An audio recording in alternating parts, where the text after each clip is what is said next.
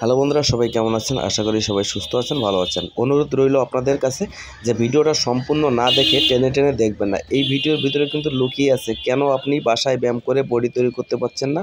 আজীবন ব্যায়াম করছেন কিন্তু বডি হচ্ছে না। এই টেকনিকগুলো ফলো করে কিন্তু আপনি বাসায় ন্যাচারাল খাদ্য খেয়ে ন্যাচারালভাবে আপনি ফিট থাকতে পারবেন এবং বডি তৈরি করতে পারবেন। দেখেন বন্ধুরা, আমি স্ক্রিনে যে এক্সারসাইজগুলো করছি এর একটা এক্সারসাইজও আপনি বাদ দিবেন না।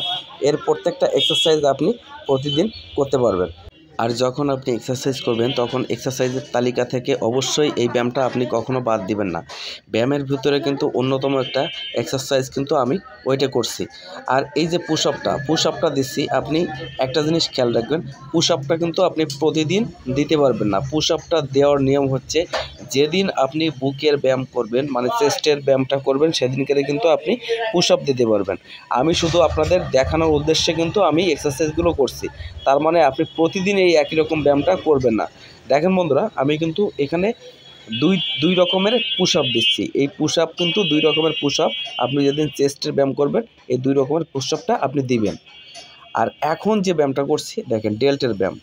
এই ডেল্ট বড় না হলে আপনার কিন্তু ভালো কনফিগার আসবে না বডি কন্ডিশন যদি মাসকিউলার দেখাতে হয় তাহলে কিন্তু আপনার ডেল্টের ব্যায়াম অবশ্যই করা লাগবে।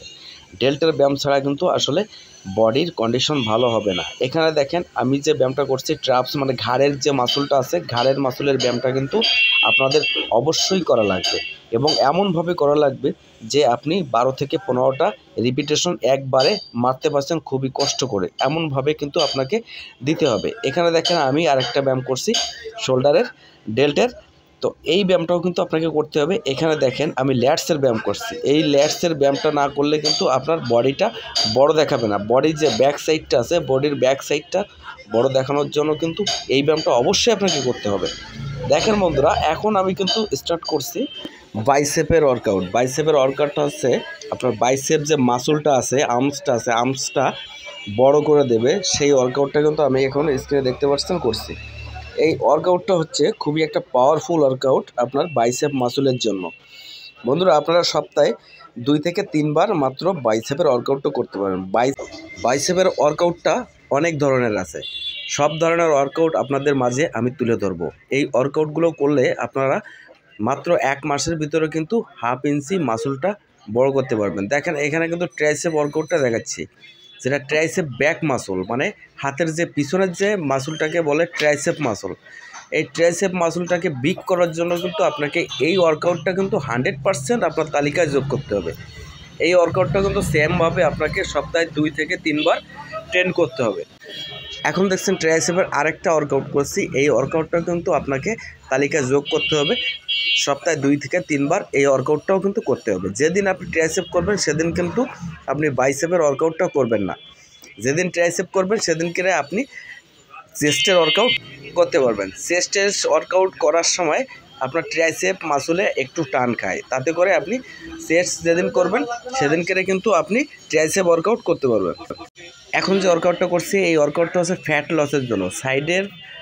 আপনাদের পেটের সাইডে যে ফ্যাটটা থাকে এই ফ্যাটটা কিন্তু কাটিং করার জন্য এই ওয়ার্কআউটটা বেস্ট একটা ওয়ার্কআউট। আপনাদের তালিকায় কিন্তু এই ওয়ার্কআউটটা অবশ্যই আপনি যোগ করবেন। যেদিনকে অ্যাপসের ওয়ার্কআউট করবেন সেদিনকে কিন্তু আপনার এই ওয়ার্কআউটটা অবশ্যই আপনাকে করা লাগবে। এখন দেখেন বাইসেপের একটা বেস্ট ওয়ার্কআউট, মানে এর ভিতরে বাইসেপের যতগুলো ওয়ার্কআউট আমি করছি দেখিয়েছি আপনাদের সামনে, এরই ভিতরে কিন্তু সবথেকে পাওয়ারফুল একটা পাম্পিং ওয়ার্কআউট হচ্ছে এই ওয়ার্কআউটটা। আপনার বাইসেপটাকে এত সুন্দর পাম্পিং করবে আপনি দেখে নিজেই অবাক হয়ে যাবেন। 1 ইঞ্চি থেকে 1.5 ইঞ্চি আপনার পাম্পিং করবে এই ওয়ার্কআউটটা করলে। বন্ধুরা, এই ওয়ার্কআউটটা আপনি সপ্তাহে মাত্র 2 থেকে 3 বার করতে পারবেন, এর বেশি করবেন না, কারণ প্রত্যেকটা মাসুলকে রেস্ট দিতে হবে। 36 থেকে 72 ঘন্টা পর্যন্ত আপনার প্রত্যেকটা মাসুলকে রেস্ট দিতে হবে, নাইলে কিন্তু আপনার এই মাসুলগুলো রিপেয়ার হবে না।